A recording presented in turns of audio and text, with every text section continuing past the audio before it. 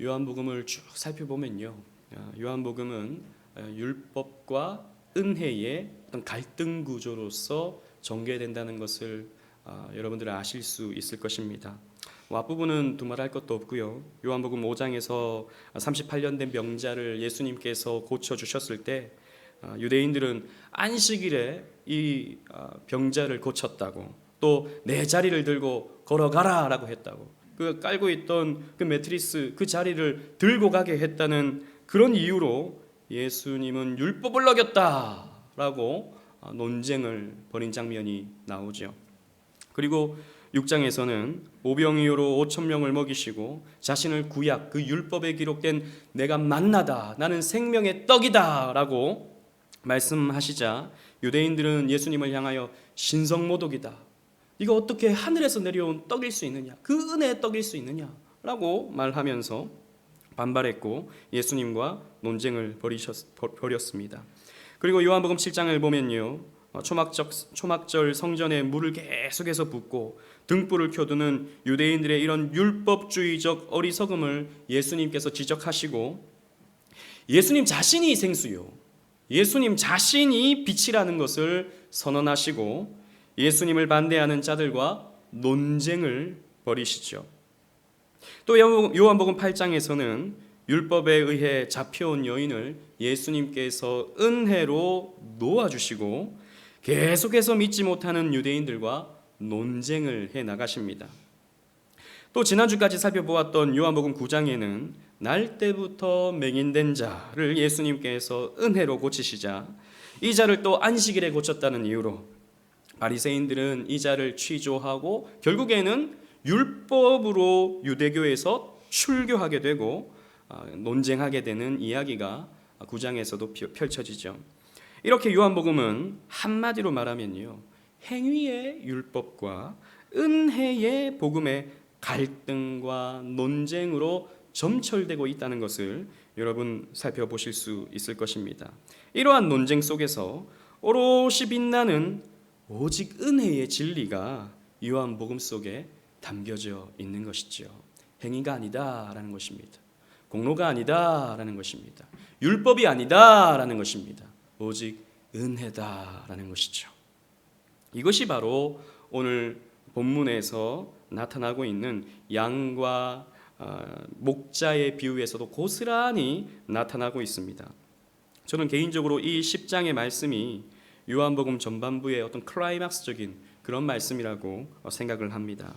이런 긴 유대인들과의 논쟁 끝에 예수님께서 맺으시는 중간 결론 같은 말씀이기 때문이죠.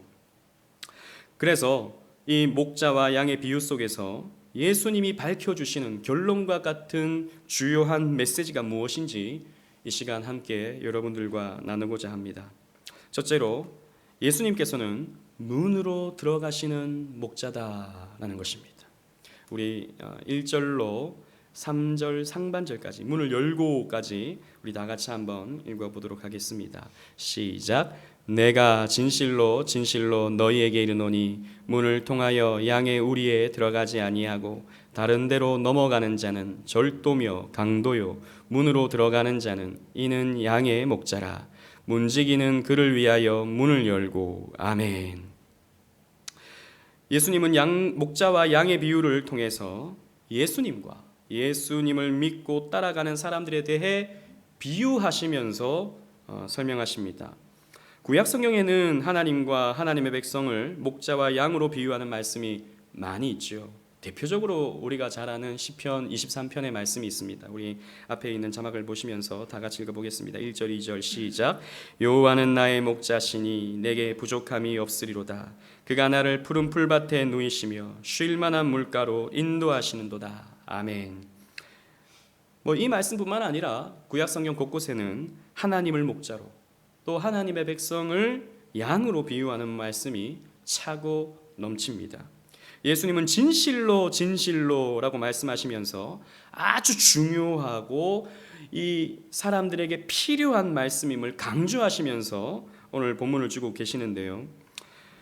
양우리의 문을 통하여 들어가지 아니하고 다른 데로 넘어가는 자는 절도며 강도다라는 것입니다. 우리가 집에서도 마찬가지죠. 여러분, 우리는 다 집에 문 열고 들어갑니다. 그런데 뭐 이 나지막한 그런 집에 문으로 들어가지 않고 창문이 열렸는지 자꾸 밖에서 확인하면서 창문이 열리는 데 있으면 글로 막 들어가려고 하는 그런 사람들을 여러분들이 보신다면 어떤 생각이 드시겠습니까? 저 도둑놈 아니야? 이런 생각이 들지 않겠습니까?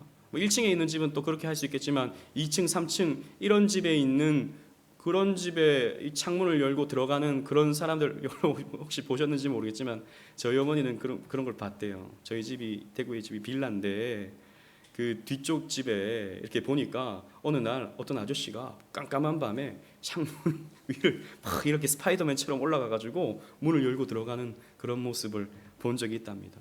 그 밤에 그렇게 슬그머니 들어가는 사람은 어떤 사람이겠습니까? 도둑이죠. 강도죠. 상상만 해도 무섭지 않습니까? 우리 박선주 집사님 상상만 해도 무서운 그런 표정이신데 예, 도둑이죠. 마찬가지로 양우리가 있는데 양우리 문으로 들어가지 아니하고 그 담을 타넘고 들어오는 그런 존재가 있다면 강도이고 절도하러 온 그런 사람이다라는 것이죠. 우리는 여기서 예수님 당시 1세기의 이스라엘의 양우리에 대해서 간략하게 살펴봐야 하는데요. 양떼가 많은 집은 집 옆에 양우리가 있었다고 합니다. 그래서 자기 양을 몇백 마리 되는 그런 양을 자기 양우리에 가두어서 이렇게 밤을 보내고 아침이 되면 또 꼴을 먹이려 들판으로 또 초목으로 이렇게 나가서 양을 먹이게 되는 것 아니겠습니까? 그런데 양이 뭐 비교적 적은 그런 집들이 있을 것 아니겠습니까? 가난한 뭐 10마리가 있거나 20마리가 있거나 30마리가 있거나 이렇게 좀 양떼가 적은 이런 목자는요.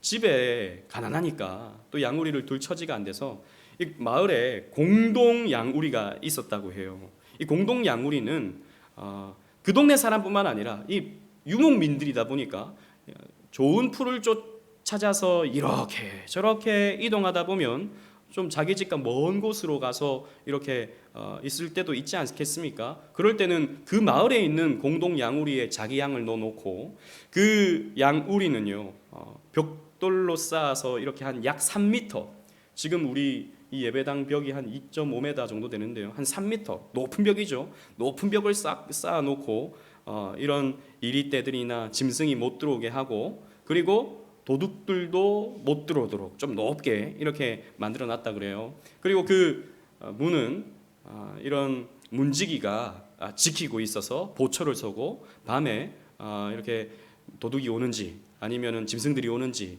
이렇게 지켰다고 합니다.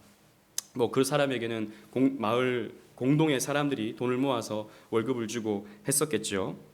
아무튼 이렇게 양을 맡겨놨다가 아침이 되면 자기 양을 주인이 찾으러 오는 거예요. 그래서 내 양아 그러면 자기 양이 오는 거죠. 우리 좀 이따 말씀을 보면은 각각 이름을 부른다라는 말씀이 있는데 그 자기 사랑하는 양들의 이름을 지어주고 그 이름을 부르면 이렇게 양들이 나오게 되는 것이죠. 그런데 당연히 주인은 그렇게 문지기를 지나서 문지기가 열어주는 그 양우리에 들어가서 자기 양을 불러서 찾아가는데 절도며 강도는 어떻게 합니까? 담을 넘어온다는 것이죠. 담을 넘어가서 남의 양을 빼앗아 간다는 것이죠. 훔쳐간다는 것이죠. 여러분, 이 비유에서 예수님이 말씀하신 이 비유에서 목자는 누구를 상징하겠습니까? 당연히 예수님이시겠죠. 뭐 이거는 뭐 쉽게 우리가 맞출 수 있습니다. 그렇다면 문지기는 누구일까요? 문지기. 여러분 어렵습니까? 뭐 여러 사람들이 될 수도 있겠지만 우리가 일반적으로 예수님의 오시는 길을 예배하는 사람, 그러면 누구를 떠올릴 수 있습니까? 세례 요한을 떠올릴 수 있습니다. 세례 요한은요, 예수님께서 오시는 길을 예비한 그런 인물이죠. 그래서 예수님이 구약에 예언되어진 메시아다, 세상 죄를 지고 가는 하나님의 어린 양이 바로 이 분이다라고 예수님 되심, 그리스도 되심을 이렇게 인증해주고 사람들에게 소개해준 그런 사람이 세례 요한이었죠. 문지기와 같은 역할을 했습니다. 그래서 세례 요한은 이렇게 외쳤습니다. 마태복음 3장 3절 우리 다 같이 한번 읽어보겠습니다. 시작. 그는 선지자 이사야를 통하여 말씀하신 자라. 일러스되 광야에 외치는 자의 소리가 있어 이르되 너희는 주의 길을 준비하라. 그가 오실 길을 곧게 하라 하였느니라. 아멘. 세례 요한은요, 이렇게 이사야 선지자가 예언한 것처럼 외치는 자의 소리로서, 예수님이 오신다라고 하는 그런 외치는 자의 소리로서, 주의 길을 예비하라라고 한 그 이사야 선지자의 예언을 성취하는 자로서 예수님의 오실 길을 예비하는, 곧게 하는 그런 역할을 감당했던 사람이었던 것이죠. 그래서 세례 요한은 참 목자 되시는 예수님께서 이 땅에 오실 때 문을 이렇게 열어주시면서 이스라엘 백성들을 만나게 해주시는, 양을 불러가게 해주시는 그런 역할을 했던 것이죠. 그렇다면 여기서 절도와 강도는 누구이겠습니까? 절도며 강도, 이들은 바로 바리새인들이고 그리고 유대주의자들이라고 할 수 있습니다. 이들은 담을 넘어온 사람들이다라고 할 수 있습니다. 왜냐하면 하나님은요, 구약 성경을 통해서 예수 그리스도를 통한 은혜의 구원을 구약 성경에 예언해 놓으셨다고요. 은혜의 구원을요. 그런데 이 바리새인들, 유대주의자들은 이런 하나님의 말씀 전체를 놓고 이해하여서 문으로 들어가지 아니하고 율법주의, 자기들이 만들어낸 거예요. 물론 하나님이 지키라 지키지 마라라고 하는 이런 명시적인 규정은 주셨지만 그것 전체적으로 본다면 너희들은 죄인이다라고 하는 것을 가르쳐 주시기 위해서 이 율법을 주신 건데, 아니야, 이거 우리가 할 수 있어, 내가 이거 해내서 나 의로워질 수 있어 라고 하는 마음으로 율법주의를 만들어냈죠. 그래서 행위주의, 공로주의라는 다른 방법으로 양우리에 들어와서, 즉 이스라엘 백성들을 미혹시키고 그들을 유대교로 묶어 놓았던 것입니다. 여러분, 우리가 지난 요한복음의 앞에서 나눴던 말씀들을 한번 떠올려 보십시오. 명확한 증거가 있음에도 불구하고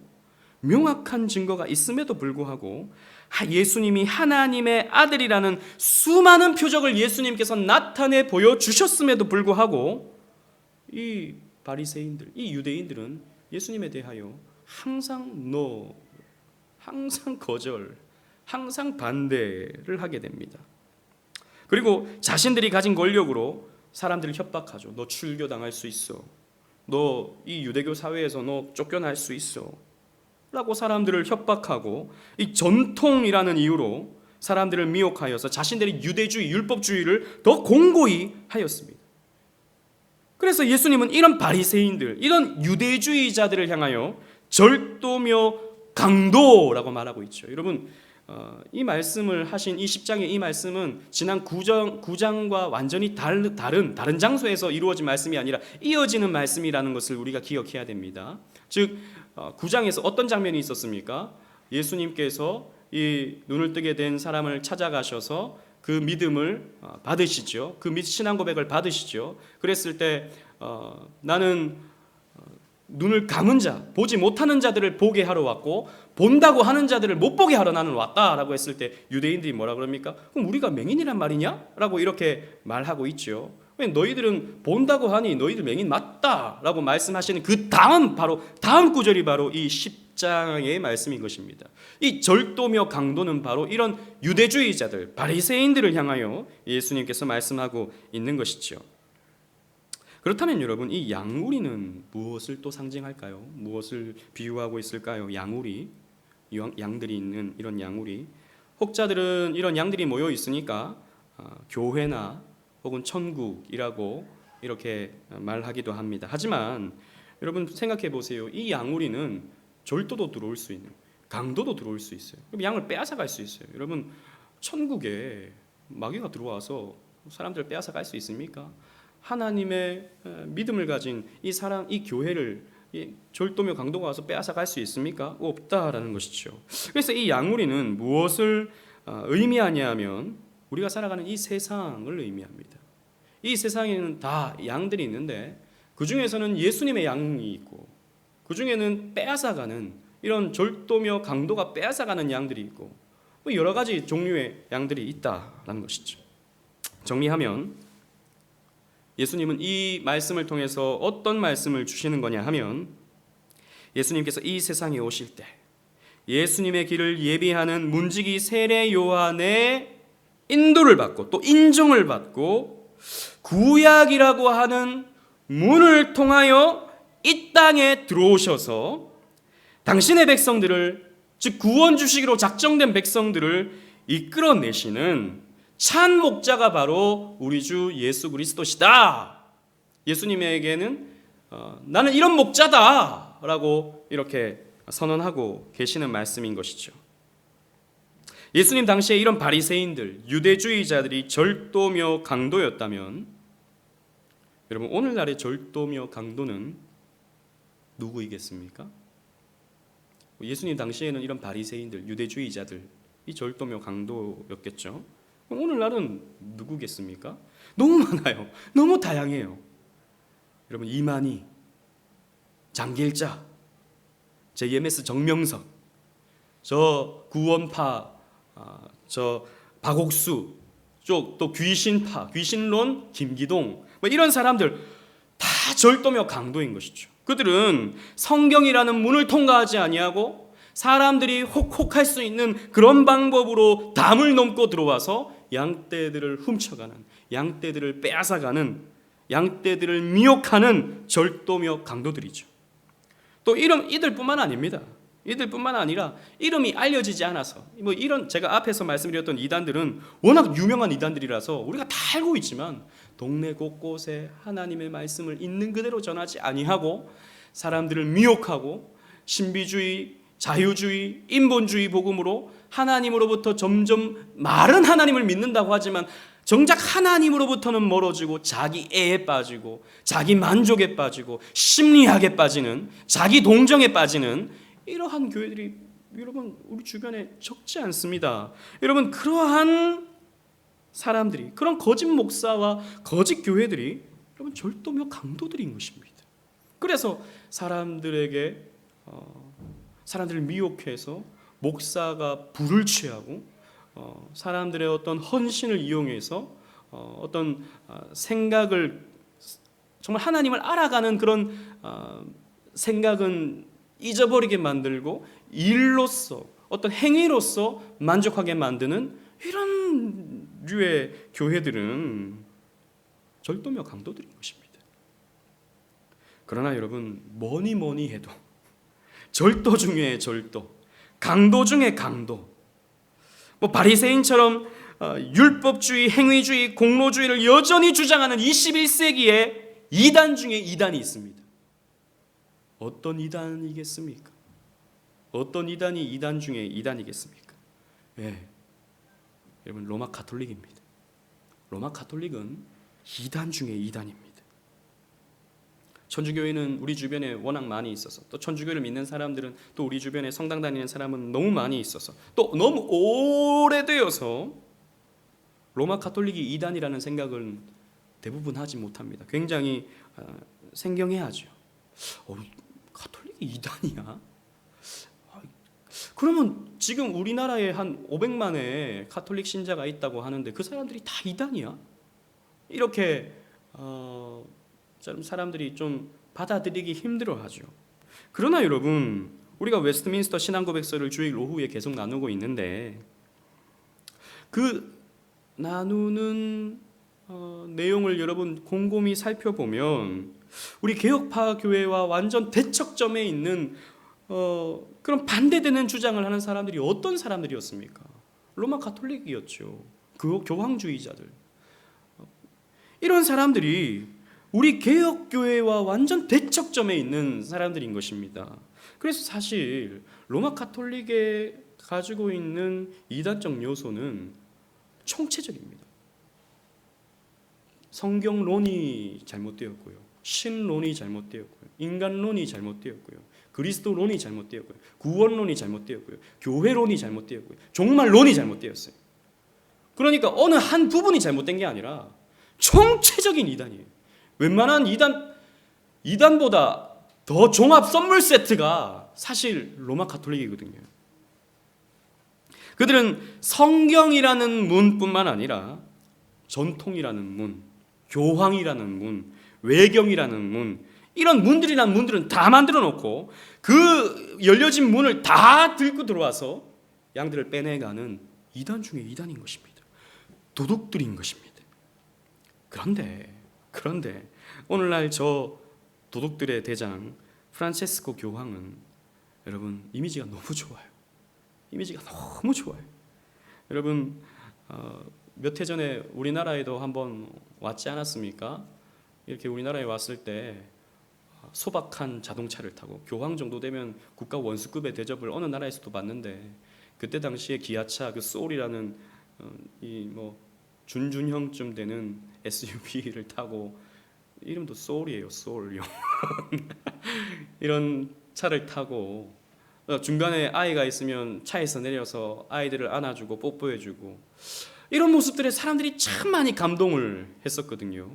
게다가 제가 뭐 몇 해 전에 또 뉴스나 신문을 보니까 이 사람은 얼마나 겸손한지 가다가 고해소가 있으면 이 로마 가톨릭은 고해성사를 하잖아요. 일주일 동안 자기가 잘못한 거 있으면 신부에게 가서 그 자기 죄를 고하면서 용서받는 어떤 보속을 받는 그런 율법이 있잖아요. 그들은 교황이 차 타고 가다가 고해소에서 고해성사를 하는 그런 사진을 제가 예전에 본 적이 있어요. 그래서 사람들이 야 얼마나 겸손한가, 교황이 어떻게 그 자기보다 밑에 사제를 찾아가서 이렇게 고해성사까지 하나. 사람들이 막 박수를 보내고요.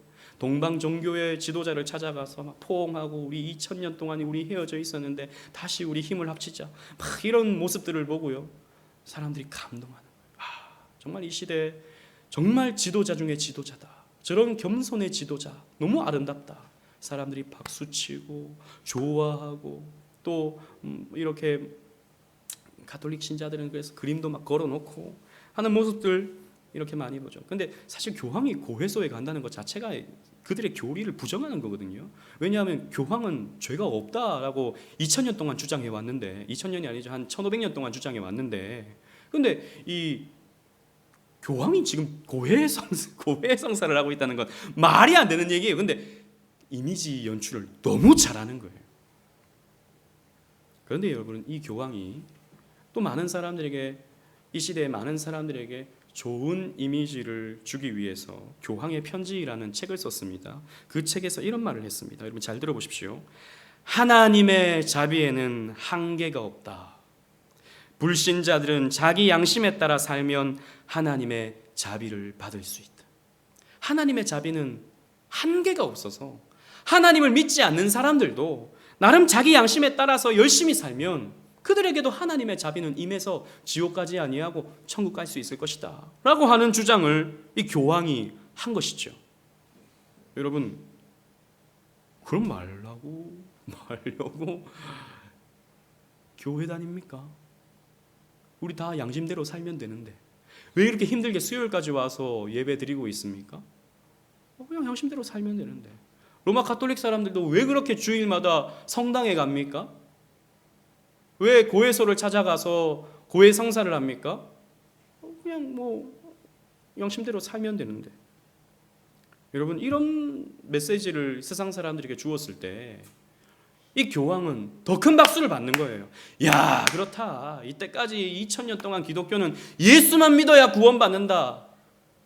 예수를 통해서만 구원받는다라고 했는데 그래서 너무 편협적이고 너무 배타적이고 너무 이기적이라고 생각했는데 자 봐라 지금의 교황은 다 양심대로 살면 나름의 하나님의 자비가 있다라고 말한다. 그러니 얼마나 저 사람은 열려있는 사람이냐 박수를 치죠. 여러분 그러나 이 프란치스코 교황은 성경을 정면으로 어긴 사람입니다. 예수님께서는 뭐라고 말씀하셨어요? 나로 말미암지 않고는 아버지께로 갈 자가 없다라고 말씀하셨거든요. 내가 곧 길이요 진리요 생명이니 나로 말미암지 아니하고는 그 길은 그라는 말은 관사예요. 정관사. 나는 유일한 길이요 유일한 진리요 유일한 생명이니 나로 말미암지 아니하고는 아버지께로 갈 자가 없다 그랬는데, 조금 이따 우리 또 다음 주에 또 이 10장을 살펴보면 예수님만이 우리에게 구원을 주실 수 있는 유일한 구원자라는 것을 예수님 스스로 말씀하시는데, 이 교황은 예수님보다 더 큰 거예요. 지금 예수님이 말씀하신 것보다 자기 말이 지금 높은 거예요. 그래서 예수님 그렇게 말씀하셔도 나름 착하게 살면, 나름 양식껏 살면 구원받을 수 있다라고 말하는 것이죠. 여러분, 이러한 교황은 겸손한 듯하나 교만한 것이죠. 인자한 것과나 간교한 것입니다. 여러분, 이러한 가톨릭의 모습, 그리고 이 땅에 있는 거짓 선지자들의 모습을 계시록 13장 11절은 이렇게 묘사합니다. 우리 다 같이 한번 읽어보겠습니다. 시작. 내가 보매 또 다른 짐승이 땅에서 올라오니 어린 양같이 두 뿔이 있고 용처럼 말을 하더라. 아멘. 보십시오. 이 요한계시록에 두 짐승이 나오는데, 한 짐승은 바다에서 올라오고, 이건 무신론적 패권 국가를 의미하고, 이 땅에서 올라오는 짐승은 거짓 선지자를 의미합니다. 이 거짓 선지자의 모습이 어떠합니까? 어린 양 같다라는 것이죠. 어린 양은 누구를 우리는 일반적으로 떠올리죠? 예수 그리스도를 떠올리죠. 그죠? 예수 그리스도와 같은 아주 인자한 모습을 가지고 이 땅에 오는데, 그의 입에서는 어떤 말이 나옵니까? 용의 말이 나오는 거예요. 입에서는 사탄의 말이 나오는 거예요. 입에서는 마귀의 말이 나오는 거예요. 입에서는 예수님의 말씀과 동떨어진 말씀이 나오는 거예요. 용의 말, 사탄의 말이 나오는 겁니다. 여러분, 그래서 우리는 결코 속지 말아야 됩니다. 아무리 인자해도, 아무리 후해 보여도, 아무리 자애로워 보여도 그 입에서 성경의 말이 아닌 다른 말이 나올 때는, 아, 저거 거짓 선지자구나, 아, 저거 절도며 강도구나, 아, 저 따라갔다가는 죽는 거구나 라는 것을 우리가 알아야 돼요. 근데 사람들이 여기에 대해서는 생각하지 않는다고요. 예수님은 문으로 들어오시는 목자입니다. 구약 성경을 완벽히 성취하시면서 이 땅에 오신 예수 그리스도셨고, 예수님은 구약의 율법을 완벽하게 성취시킨 분이시죠. 완벽하게 또 성취하신 분이십니다. 그래서 예수님은 문으로 들어오시는 거예요. 이 문으로 안 들어오고 담 넘어 들어오는 율법주의, 공로주의, 행위주의라고 하는 담 넘어 들어오는 이러한 사람들은 절도며 강도다라는 것을 우리가 기억해야 하는 것입니다. 두 번째로, 그러면 이 목자를 따르는 양은 어떤 양이냐? 목자의 음성을 아는 양입니다. 우리 3절, 우리 하반절부터 우리 6절까지의 말씀 다 같이 또 읽어보도록 하겠습니다. 시작. 양은 그의 음성을 듣나니 그가 자기 양의 이름을 각각 불러 인도하여 내느니라. 자기 양을 다 내놓은 후에 앞서가면 양들이 그의 음성을 아는 고로 따라오되, 타인의 음성은 알지 못하는 고로 타인을 따르지 아니하고 도리어 도망하느니라. 예수께서 이 비유로 그들에게 말씀하셨으나 그들은 그가 하신 말씀이 무엇인지 알지 못하니라. 아멘. 목자가 자기 양을 부르면 양들은 그 목자의 음성을 듣죠. 양이라고 하는 이 동물은요, 목자에게 굉장히 의존되어 있는 그런 동물입니다. 여러분, 양은 무기가 없어요. 뭐 발톱이 있는 것도 아니고 사나운 이빨이 있는 것도 아닙니다. 털만 뽕송뽕송 많이 있죠. 아니 근데 이 양, 저는 몇 주 전에 휴가 갔을 때 남해 가서 양떼 목장 한번 갔거든요. 양 눈이 무섭더라고요. 이 양 눈이 삐쭉 찢어져가지고 막 다가오니까 좀 무섭더라고요. 근데 사실 무서운 동물은 아니죠, 양이. 그리고 발이 빨라서 도망을 잘 가는 것도 아닙니다. 그래서 이 양이라고 하는 동물은 목자가 지켜줘야 생존이 가능한 그런 동물이죠. 그리고 이 양은요, 시력이 굉장히 약하다 그래요. 눈이 삐쭉 찢어져 있어가지고 그런지 시력이 약하다 그래요. 그래서 양은요, 앞에 있는 양 궁둥이만 보고 쫓아간대요. 그래서 양이 절벽으로 가도 무조건 양 궁둥이만 보고 앞에 있는 양 궁둥이만 보고 쫓아가다가 앞에 있는 양이 쑥 떨어지면, 절벽에서 쑥 떨어지면 뒤에 있는 양도 쑥 떨어지고 그 다음 오는 양도 쑥 떨어지고 계속해서 이렇게 막 떨어진답니다. 양을 안 키워봐서 잘 모르는데 아무튼 책을 보니까 그렇더라고요. 그럴 때면 여러분 이 목자가 양을 이 지팡이와 막대기로 딱 막아줘야 되는 거예요. 잘못 가는 그런 양이 있으면 머리를 한 대 딱 때려줘가지고 이리 와! 하고 땡겨줘야 그 시편 23편 보면 지팡이와 막대기가 있다 그러지 않습니까? 이 지팡이는 앞이 이렇게 여러분 잘 아시는 그 무슨 이렇게 딱 구워져 있는 그런 지팡이이고 막대기는 말 그대로 이제 말 안 들으면 이렇게 때리는 그렇게 막대기인데 이 잘못 가는 이 양이 있으면 지팡이로 이렇게 목을 걸어가지고 쑥 잡아 당기면 또 이제 그쪽으로 이제 또 간다는 것이죠.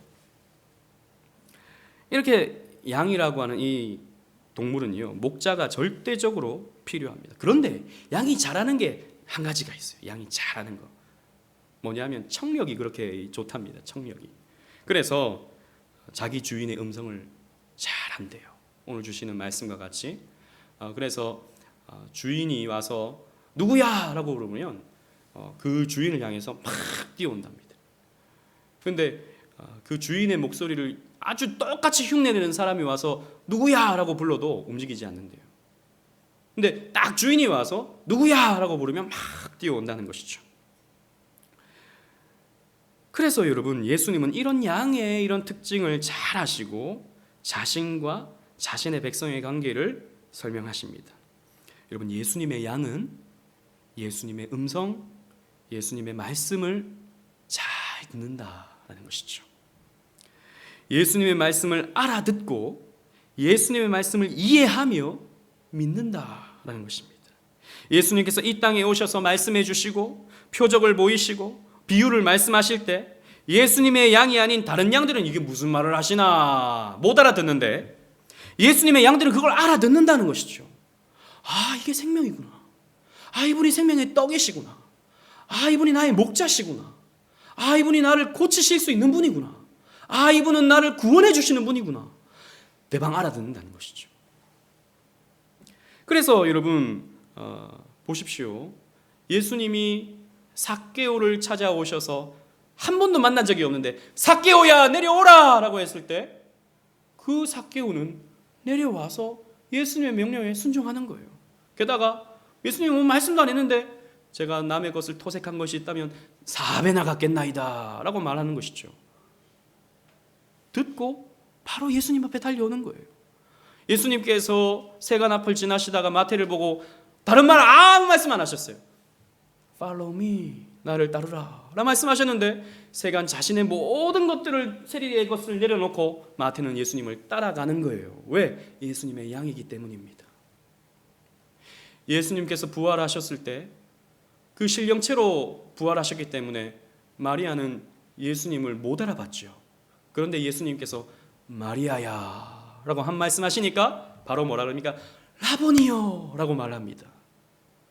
음성을 듣고 아, 이분이 내 목자시다 라는 것을 알게 되는 것이죠. 여러분 이런 것입니다. 예수님의 양은 예수님의 음성을 듣고 예수님 앞에 나오는 것이죠. 그런데 참 재미있는 것은 우리가 아까 읽었던 말씀 가운데 어떤 말씀이 있습니까?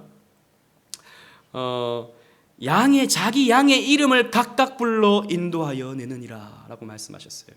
자기 양의 이름을 불러준다는 것이죠. 여러분 이름이라고 하는 것은 성경에서 그 사람의 정체성입니다. 즉 예수님이 양의 이름을 안다라고 하는 것은 한 양 한 양의 특징과 정체성을 아신다라는 것이죠. 여러분 예수님께서 저와 여러분들을 아십니다. 예수님께서는 저와 여러분들의 이름을 아셔요. 여러분들의 정체성을 아십니다. 여러분들의 개개인적인 어떤 상황을 아시고 문제를 아시고 아픔을 아시고 외로움을 아시고 여러분들이 기쁜 내용을 아시고 여러분들이 무엇 때문에 즐거워하는지를 예수님께서는 다 아신다는 것이죠. 그래서 여러분들의 그 심경을 꿰뚫어 보시고 누구야? 라고 불러주시면 여러분들은 그 예수님의 말씀에 자연스럽게 반응하여서 예수님 앞에 따라 나온다라는 것이죠. 이게 여러분 목자와 양의 관계이고 예수님과 저와 여러분들의 관계인 것입니다. 여러분 이 문맥이 우리 9장 이후에 나오는 연결되는 문맥이라는 것을 기억해야 한다 그랬죠. 날 때부터 맹인된 자는 예수님이 찾아가시니까 예수님의 말씀하시는 대로 움직였습니다.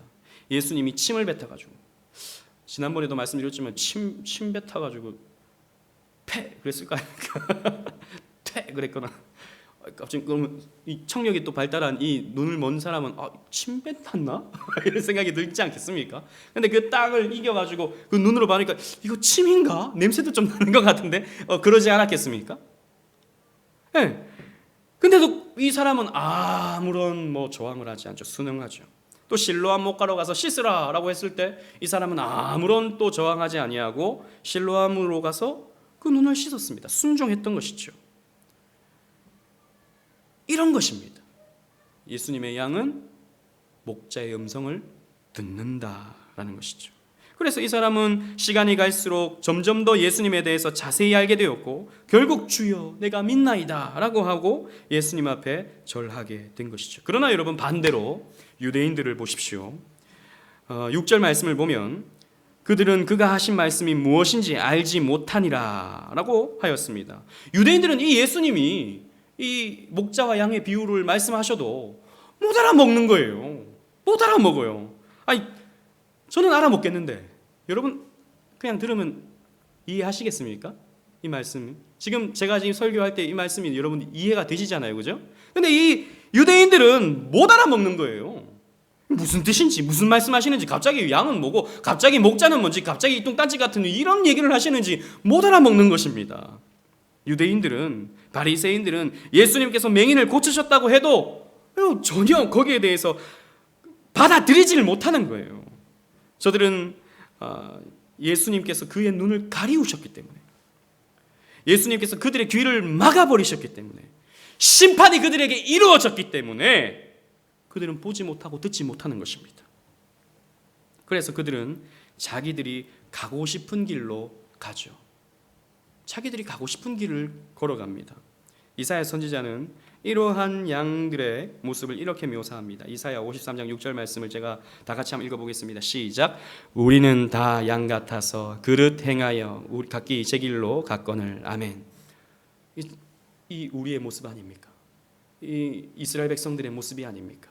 구약 사람들의 모습이죠. 다 양 같아서 그릇 행하여 각기 자기의 길로 가더라는 것이죠. 이게 바로 유대인들의 모습인 것입니다. 양은 양인데 예수님의 양이 아닌 다른 양인 것이죠. 그래서 이들은 율법주의를 만들어내고 행위주의를 만들어내고 공로주의를 종교화하여서 예수님이 영광받으시는 것이 아니라 자기들이 영광받고, 예수님의 의로움을 의지하는 것이 아니라 자기들의 의로움을 뽐내려고 하는 그러한 삶을 살았던 것입니다. 이렇게 양우리에 있는 각각의 양은 각자 주인의 음성을 듣고 움직이게 되어 있는 것이죠. 그래서 여러분, 예수님의 소유된 양은 예수님의 음성을 듣고 움직입니다.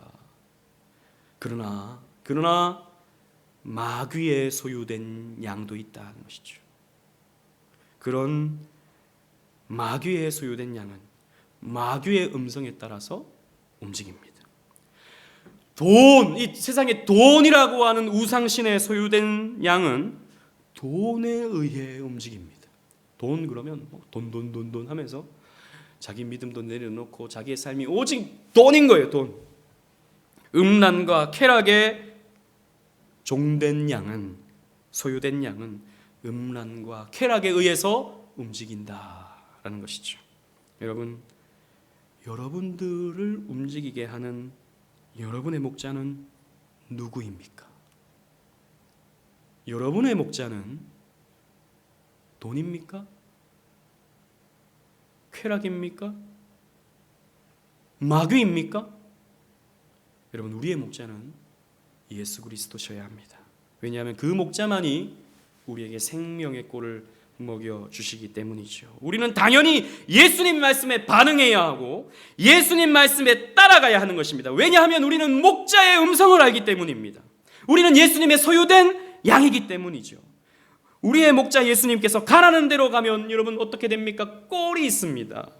예수님이 가라는 대로 가면 무엇이 나옵니까? 쉴 만한 물가가 나옵니다. 가라는 대로 가면 사망의 음침한 골짜기가 나와도 목자가 지켜주실 것이기 때문에 우리는 그 목자를 믿고 목자가 이끄는 대로 가는 거예요. 그 목자가 누굽니까? 예수 그리스도. 우리는 그렇게 살아가게 되는 것이죠. 그래서 다윗은 이렇게 고백했습니다. 시편 23편 3절 4절 말씀 다 같이 읽어보겠습니다. 시작. 내 영혼을 소생시키시고 자기 이름을 위하여 의의 길로 인도하시는도다. 내가 사망의 음침한 골짜기로 다닐지라도 해를 두려워하지 않을 것은 주께서 나와 함께 하심이라. 주의 지팡이와 막대기가 나를 안위하시나이다. 아멘. 여러분, 이 고백이 저와 여러분들의 고백이 되어야 한다는 것이죠. 하나님의 영광을 위하여 나를 의의 길로 인도하시는도다. 그래서 내가 사망의 음침한 골짜기로 다닐지라도 내가 해를 두려워하지 아니할 것은 주께서 나와 함께 하심이라. 그래서 우리는 예수님 말씀에 반응할 수밖에 없어요. 여러분, 양이요, 무슨 예수님의 말씀을 들었을 때, 예수님의 음성을 들었을 때, 아, 이거 뭐 우리 주인님 음성이구나, 딱 그걸 막 논리적으로 생각해서 예수님을 따라가겠습니까? 아니면 예수님 말씀을 들었을 때 이게 그렇게 좀 합당한 것 같아 이해해서 예수님을 따라가겠습니까? 아닙니다. 양은요, 사실 이성적인 존재가 아니죠. 그냥 본능적으로 그렇게 되는 것입니다. 본능적으로. 똑같습니다, 여러분. 저와 여러분들이 예수님을 따르는 것은 예수님의 말씀이 더 합리적이어서가 아닙니다. 예수님의 말씀이 더 이해가 되어서 따르는 게 아닙니다. 본능적으로 따르는 거예요. 본능적으로. 예수님 말씀이 탁 오면 딱 반응이 나오는 거예요. 우리 준성 형제가 거의 30여 년 동안 세상 속에서 살아왔는데 어떻게 친구의 인도함에 따라서 수련회 따라갔다가 예수님 말씀을 들으니까 딱 반응이 나오는 거예요. 한평생 살던 삶의 모습이 완전히 바뀌어서 이제는 삶의 모습이 완전히 변화가 되는 거예요. 우리 주선 씨가 늘 자신의 삶은 완전 기적이라고 이렇게 말씀하시는데 정말 그렇죠. 어떻게 그런 일이 일어날 수 있습니까? 예수님의 양이기 때문이에요. 우리 주선 씨 아멘이십니까? 아멘 하시세요. 네. 예수님의 양이기 때문에 이렇게 올 수 있는 거예요. 이 수요일 날도 올 수 있는 거예요. 여러분, 저와 여러분들은 이 예수라는 목자를 따라가고 있습니다. 감사하게도 우리의 목자는 마귀도 아니고 돈도 아니고 쾌락도 아니고 예수 그리스도십니다. 이것이 얼마나 감사한 일입니까? 사랑하는 오직은혜 교회 성도 여러분, 존 메가더 목사님의 설교집에는 이런 예화가 있습니다. 한 100여 년 전에 미국에는 어떤 시낭송하는 그런 콘서트가 있었다고 해요. 지금은 이런 거 지루해하니까 사람들은 별로 안 좋아하지만 그때는 그런 게 있었다고 합니다. 그래서 이제 마지막으로 낭송을 하는 그 배우가 이렇게 요청을 했다고 그래요. 제가 준비했던 시는 다 낭송을 했습니다. 혹시 여러분들이 듣고 싶은 시가 있으시면 말씀해 주십시오. 제가 낭송해 드리겠습니다 라고 했을 때 아무도 이제 손을 들지 않았던 것이죠. 그러다가 어느 관중석 뒤쪽에 있던 노신사가 손을 들고 이렇게 말했습니다. 시편 23편을 듣고 싶습니다 라고 이렇게 말했습니다. 배우는 조금 당황했어요. 이 자리가 무슨 신앙 고백하는 자리도 아니고 그냥 사람들이 그냥 신자든 불신자든 다 앉아서 어떤 신앙송이 되어지는 그런 자리인데 시편 말씀을 읽어달라라고 하니까 조금 당황했던 것이죠. 그러나 이 배우는 시편 23편을 잘 알고 있었기 때문에 기꺼이 그렇게 해드리겠다라고 하고 시편 23편을 낭독했습니다. 표현도 완벽했고 발음도 나무랄 데가 없었습니다. 그가 낭독을 마치자 듣고 있던 사람들은 누가 먼저랄 것도 없이 박수를 쳤습니다. 정말 그 운율에 맞추어서 정말 나직한 목소리로, 아름다운 목소리로, 정확한 표현으로 그 감정이 전달되는 어떤 전달력으로 이 시편 23편을 낭독했을 때 사람들이 박수를 쳤습니다. 그 다음에 배우는 성경을 낭독해달라고 한 이 노신사에게 좀 뭐랄까요, 안갚음을 할 그런 심산으로 이렇게 말했습니다. 선생님, 이번에는 선생님이 낭독하는 그런 모습을 보고 싶습니다 라고 이렇게 말했다고 합니다. 노신사는 생각지도 못한 요청이었지만 그리스도를 사랑하는 마음으로 그 자리에서 일어나 시편 23편을 읊었다고 합니다.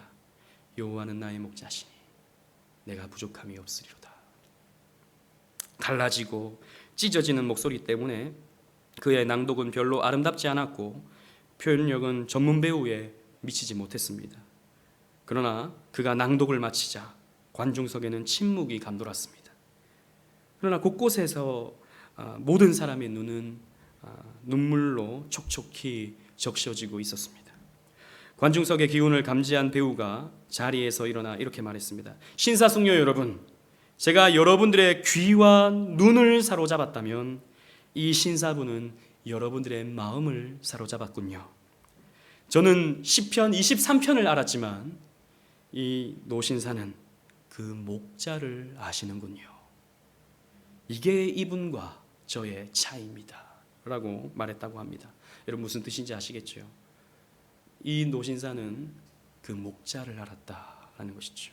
그 목자를 아는 그 감사함이 이 시편 23편을 낭독할 때에 다른 사람들에게 감동으로, 은혜로 전달될 수 있었다라는 것이죠. 여러분, 저와 여러분들도 이 목자를 알아야 됩니다. 이 목자의 음성을 들어야 됩니다. 그리고 이 목자를 따라가야 합니다. 이 목자 안에서 안식을 얻어야 합니다. 이 목자를 통해서 내 잔이 넘치나이다 라고 하는 고백이 우리의 가슴에서 터져 나와야 할 것입니다. 그런 은혜가 있기를 주님 이름으로 축원합니다. 아멘.